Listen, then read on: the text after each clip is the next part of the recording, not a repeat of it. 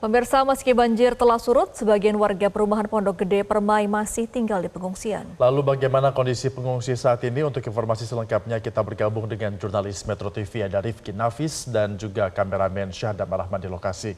Selamat pagi Rifki, ada berapa banyak pengungsi yang masih tinggal di pengungsian dan bagaimana mereka menjalankan sahur di pagi ini? Ya Febri, Gemma, serta pemirsa, betul sekali meskipun secara umum kondisi banjir di Pondok Gede Permai ini setelah surut, namun masih ada sejumlah atau sebagian besar masyarakat yang tinggal di posko pengungsian, di mana saat ini kami sudah berada di posko pengungsian gedung logistik BNPB, di mana ada sekitar 200 masyarakat ataupun warga yang tinggal ataupun mengisi dua tenda besar di belakang kami saat ini. Tadi juga sudah dijelaskan bahwa sebagian dari pengungsi ini telah kembali ke rumahnya masing-masing untuk kemudian memeriksa dan membersihkan rumah-rumah mereka setelah diterjang ataupun direndam banjir selama beberapa hari ke belakang. Dan terkait dengan proses ataupun bagaimana warga menjalankan sahur, di samping kami juga ini sebetulnya sudah ada dapur umum yang disediakan oleh BNPB, di mana memang menyediakan sejumlah porsi masakan ataupun makanan berbentuk nasi kotak yang nantinya juga atau telah dibagikan kepada masyarakat. Sebagian besar dibagikan langsung di lokasi posko pengungsian, ada juga yang kemudian dibawa ke dalam perumahan untuk kemudian dibagikan kepada warga ataupun masyarakat yang telah kembali ke rumah mereka masing-masing. Dan saat ini kami ingin mencoba mengonfirmasi lebih jauh lagi terkait dengan proses pembagian makanan di sahur pagi hari ini. Sudah bersama kami petugas dari BNPB, Bapak Ari. Pak Ari, bisa dijelaskan data terkini jumlah warga yang ada di posko pengungsian ini berapa Pak sekarang? Jadi gini Mas, untuk malam ini di posko ini kurang lebih 200 jiwa. Sedangkan sisanya itu yang hari ini kita siapkan makanan itu sekitar 700 pack. 700 pack itu terdiri dari 500 pack dari sumbangan dari Basnas, 100 pack itu dari McD, dan 100 pack lagi dari food truck community. Nah, 200 ini yang kita layani di posko ini, sisanya tadi kita distribusikan melalui pakai motor, Pak. Seperti itu. Proses distribusinya sendiri apakah oleh petugas atau juga masyarakat boleh datang ke sini untuk mengambil makanannya, Pak? Kalau untuk proses distribusinya sendiri, sekarang yang tadi pagi dilakukan adalah beberapa warga mengambil langsung ke sini dengan perwakilannya, mereka sekarang bawa 20, bawa 30 untuk di RT-nya atau daerah sekitarnya, Pak. Persiapannya sendiri untuk sahur dari jam berapa, Pak, di posko pengungsian? Kalau sahur itu biasanya kita bukan hanya sahur ya Mas. Jadi misalkan kalau sudah masuk jam makan itu 2 jam sebelumnya kita sudah mulai beroperasi dapurnya. Kebetulan untuk sahur hari ini kita nggak beroperasi karena banyak makanan yang tersedia sudah mencukupi kapasitas yang ada, seperti itu. Tapi biasanya dapur umum ini dengan kelengkapan bahan-bahannya juga dipergunakan untuk makanan masyarakat? Ya, betul. Selain sahur ini kan kita juga akan menyiapkan makan paginya. Kemungkinan besar mereka yang tidak berpuasa tetap dapat makan pagi, dapat makan siang, dan akan kita mulai beroperasi lagi nanti menjelang buka puasa, Pak.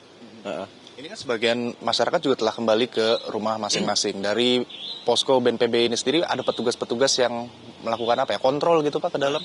Oke, yang melakukan kontrol ke dalam itu nanti dilakukan oleh BPBD Mas, dibantu sama dinas-dinas terkait kayak Damkar, PU, dinas PU, mereka yang akan membantu warga untuk membersihkan rumah-rumah masing-masing. Seperti itu. Nah, sejauh ini untuk proses sahur saja, dari warga ada masukan, ada tanggapan atau bagaimana Pak? Ya alhamdulillah untuk sahur ini kita selalu dapat dapat feedback baik Pak dari masyarakat karena dengan lauk yang bervariasi seperti itu. Kemudian juga faktor kesehatan masih dipantau terus oleh petugas. Oke, untuk faktor kesehatan itu sendiri kita tetap masih buka pos kesehatan yang didampingin dari tim kesehatan Jati Asih, Pak.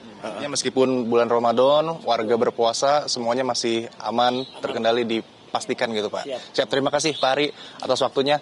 Itu tadi Febri dan juga Gemma, namun tidak lengkap rasanya kami juga ingin mencoba untuk bertanya langsung dengan warga yang masih mengungsi di posko pengungsian. Saat ini bergabung dengan kami, Ibu Tati. Ya, Ibu Tati. Gimana Bu kabarnya, sehat Bu?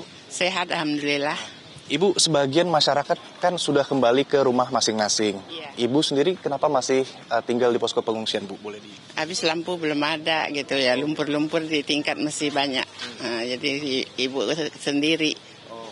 Oh, Ibu di rumah tinggal sendiri atau dengan berapa anggota keluarga, Bu? Cuma sendiri. Cuma sendiri. Iya. Tadi sempat memeriksa bagaimana kondisi rumah, Bu, setelah banjir? Ya, ambak-ambakan lah. Proses beres-beresnya gimana? Tapi udah kemarin itu udah sama-sama dikeluarin lumpur, udah pada keluar. Tapi belum ada air. Makanya ngungsi di sini terus. Ibu udah berapa hari sih, Bu, di pengungsian, Bu? Dari hari Selasa, Hari pertama. hari pertama. Kejadian banjir itu gimana rasanya, Bu, di pengungsian? Sampai saat ini kan kita bulan Ramadan, Ibu juga puasa, sahur, gimana, Bu? Iya, senang itu, senang. Senang ada tetangga sama-sama senasib, kita ngobrol-ngobrol ketawa. Jadi hilang stresnya. Dan di sini juga makanan juga banyak gitu. Kegiatannya kalau sehari-hari gimana, Bu, di posko pengungsian? Enggak, ngobrol-ngobrol aja. Ntar ya datang, ini makan-makan, Bu. Yang pertama itu kita kan pada nggak puasa, nggak kuat. Nah, jadi pada senang sini. Kalau di beberapa pengungsi kan kami dapat informasi ada beberapa yang masih membutuhkan perlengkapan tidur, baju-baju bersih. Kalau di posko pengungsian ini Ibu ngerasainnya gimana, Bu? Iya, merasain gitu ya, pengennya gitu ya, pakaian-pakaian lah karena udah pada basah semua. Itu Barang yang di rumah kondisinya seperti apa, Bu? Apa sebagian dibawa ke posko pengungsian? nggak ada yang dibawa. Badan aja kemarin itu. Keturunnya juga lewat genteng. Tapi ini rencana akan kembali lagi meriksa rumah atau gimana, Bu? Iya, periksa lagi rumah gitu. Masih kotor, iya masih berantakan. Air belum ada, lampu juga udah pada mati semua. Banyak yang mau harus diganti. Berarti masih belum tahu ya berapa lama lagi di posko, Bu? Iya, belum tahu. Belum tahu. Harapannya mungkin, Bu, terakhir? Ya, harapannya yang terakhir ya apa bapak-bapak itu minta tolong gitu ya biar jalanan bersih ya, membuang sampah-sampah yang udah numpuk gitu. Butuh bantuan nggak, Ibu, kalau ngeberesin rumah, Bu? Ya kepengennya sih, tapi kan nggak mungkin juga. Terima kasih Ibu Tati atas waktunya. Ya, makasih banyak, Pak. Makasih, Bu.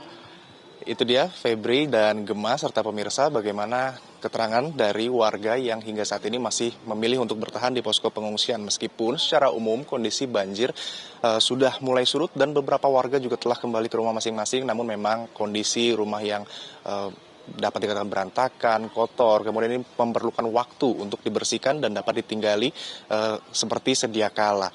Dan untuk informasi selanjutnya kami masih akan terus memantau, namun untuk sementara demikian yang dapat kami sampaikan kembali ke Anda di studio. Baik, terima kasih atas informasi Anda Rifki Nafis, langsung dari lokasi pengungsian. Selamat kembali bertugas. Jelajahi cara baru mendapatkan informasi. Download Metro TV Extend sekarang.